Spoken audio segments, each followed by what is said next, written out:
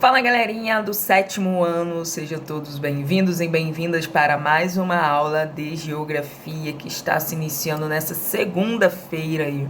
Muito obrigada pela participação de vocês, é sempre um prazer dividir a telinha aí com vocês, tá bom, pessoal? Então, sintam-se todos muito bem-vindos para a aula da tia Laísa, ok? Hoje, gente, a gente vai estar fazendo uma revisão, tá? Geral para a nossa avaliação, ok? Então, a gente vai estar revisando os principais pontos que a gente abordou, certo? Durante a nossa aula.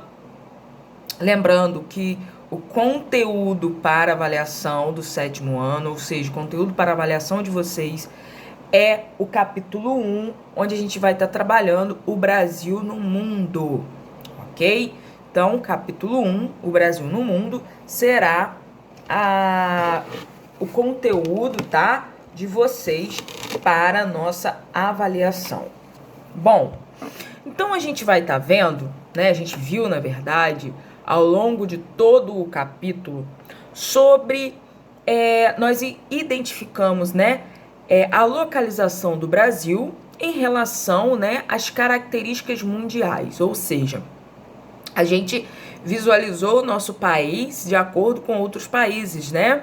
A gente viu a questão da localização, né, geográfica do Brasil. A gente falou um pouco sobre o continente onde o Brasil está inserido, que a gente vai ver daqui a pouco, né? A gente entendeu um pouco, né, sobre a questão da regionalização do Brasil, sobre as regiões brasileiras, correto? E aí a gente vai estar vendo de uma forma mais completa daqui a pouco. Então, eu só estou aqui vendo, mais ou menos, dando a entender para vocês como será a nossa aula de hoje, tá? Peço a atenção de todos, porque é uma aula de revisão para avaliação. Então,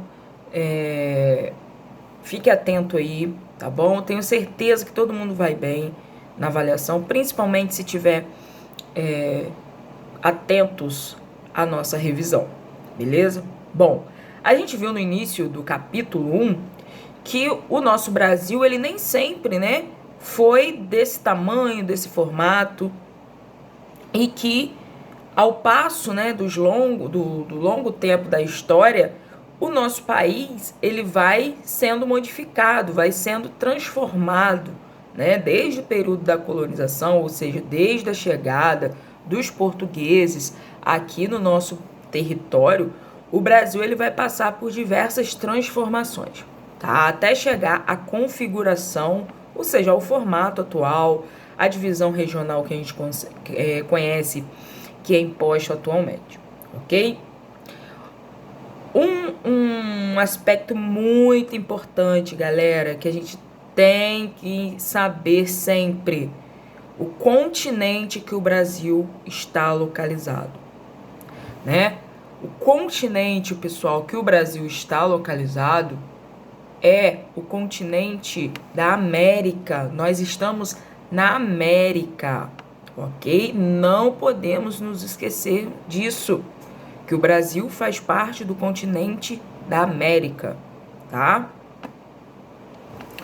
Bom, uma outra questão muito importante também que a gente tem que ver: por que que o Brasil ele faz parte, né, da chamada zona intertropical do planeta, né? A gente sabe que a zona intertropical do planeta é aquela porção do planeta em que está entre o Trópico de Câncer e o Trópico de Capricórnio. O Trópico de Câncer é aquela linha imaginária que está no hemisfério norte. E o Trópico de Capricórnio é a linha imaginária que se encontra no hemisfério sul. Qual a importância disso? Porque, pessoal, a nossa Terra, ela sofre uma inclinação, tá? Uma pequena inclinação. Então, durante o verão, por exemplo, a radiação solar, ela vai ser mais intensa, tá? Em um desses trópicos, seja no de Câncer, seja no de Capricórnio. Por exemplo, quando a gente tem uma incidência solar mais forte no Trópico de Capricórnio, significa que aqui no hemisfério sul nós estamos no verão. E quando essa incidência solar ela é mais forte no Trópico de Câncer, ou seja, lá na porção norte, é verão no hemisfério norte. Então, por isso a importância da gente conhecer os trópicos de Câncer e Capricórnio. E por que o Brasil ele faz parte da chamada zona intertropical? É porque justamente ele está localizado entre o Trópico de Câncer e o Trópico de Capricórnio, ok? Então, a definição que a gente pode utilizar para definir o porquê do Brasil estar situado na zona intertropical é simples, é justamente porque o Brasil está localizado, né, situado entre o Trópico de Câncer e o Trópico de Capricórnio. Bom, pessoal, e aí a gente chegou à questão das regiões, né? Lembrando que o Brasil nem sempre teve essa divisão em 5 regiões, né? A gente viu que foram diferentes regiões sendo formadas ao longo dos anos até chegar às 5 divisões atuais, ok? Bom, e uma primeira curiosidade. Quem é o instituto responsável, pessoal, por elaborar essas regiões no Brasil? É o IBGE. O IBGE, que é o Instituto Brasileiro de Geografia e Estatística, é um órgão responsável, tá? Um instituto, órgão responsável por elaborar essa divisão regional que a gente tem aqui no Brasil. E quais são essas regiões, né? É a região norte, a região nordeste, a região centro-oeste, a região sul e a região sudeste. Qual é a região que nós estamos situados? Nós residimos, né, no estado do Rio de Janeiro. O estado do Rio de Janeiro faz parte, então, da região sudeste. Junto com o estado do Rio de Janeiro, São Paulo, Minas Gerais e Espírito Santo vão formar, né, os estados que vão formar a região sudeste. Ok? Então, na região sudeste, a gente tem 4 estados, que é o Rio de Janeiro, onde nós estamos, São Paulo, Minas Gerais e Espírito Santo. Vão formar aí o aglomerado de estados, formando, então, a região sudeste. Ok? Bom, o território brasileiro é um território muito extenso, como a gente sabe, né? Nós somos o 5º maior país em termos de extensão territorial. Ok? E por causa dessa extensão territorial, foram impostos os chamados fusos horários aqui no Brasil. Atualmente, o Brasil, pessoal, ele possui 4 diferentes fusos horários, né? Que é o de -2, o de -3, o de -4 e o de -5.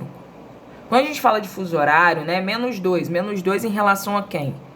Ao fuso horário principal, que é o de Londres, referente a 0.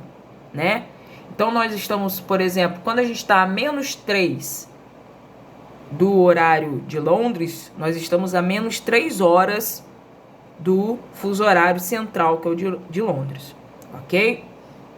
Bom, o estado do Rio de Janeiro está inserido dentro desse fuso horário de -3, tá? De acordo com a sua posição geográfica, nós estamos inseridos dentro desse fuso horário de -3. Então, a gente tem 3 horas atrasadas em relação a Londres, ok?